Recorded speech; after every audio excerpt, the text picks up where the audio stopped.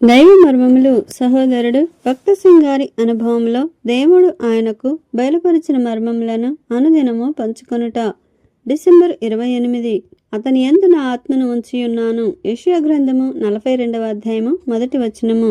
యేసుక్రీస్తు ప్రభు యొక్క పరిచర్యలో పరిశుద్ధాత్మ ఏ విధముగా పనిచేసినో చూచెదము. లూకాసు వార్త 1వ అధ్యాయము 34-35 వచనములలో ప్రభువు పరిశుద్ధాత్మ ద్వారానే జన్మించనని చూచుచున్నాము. అదే విధముగా మనము కూడా ఏ మానవ ప్రయత్నముతో గాక పరిశుద్ధాత్మ సహాయము చేతనే మారు మనసు పొందుచున్నాము. మత్తయి సువార్త 3వ అధ్యాయము 16వ వచనములో బాప్తిస్మము తరువాత పరిశుద్ధాత్మ ప్రభువు పైకి దిగి వచ్చుట చూచుచున్నాము. ప్రభు యొక్క బాప్తిస్మము ఆయన మరణ, భూస్థాపన, పునరుత్థానములను సూచించుచున్నది.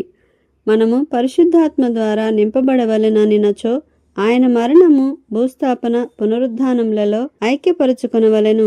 లూకాసు వార్త 4వ అధ్యాయము 1వ వచనంలో ప్రభువు పరిశుద్ధాత్మ ద్వారా అరణ్యంలోనికి నడిపించబడుట చూచుచున్నాము. ప్రభువు శోధింపబడక మునుపు పరిశుద్ధాత్మ ఆయనను సిద్ధపరచెను. మనలను కూడా అదే విధముగా శ్రమలను ఎదుర్కొనుటకై ప్రభువు ఆత్మ సిద్ధపరచును.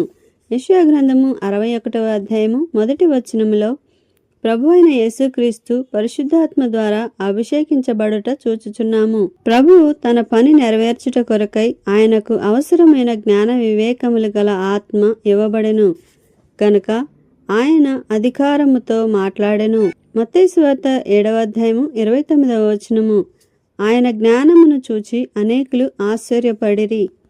అవసరమైన సమయములో అటువంటి జ్ఞానము ప్రభు మనకు కూడా అనుగ్రహించును.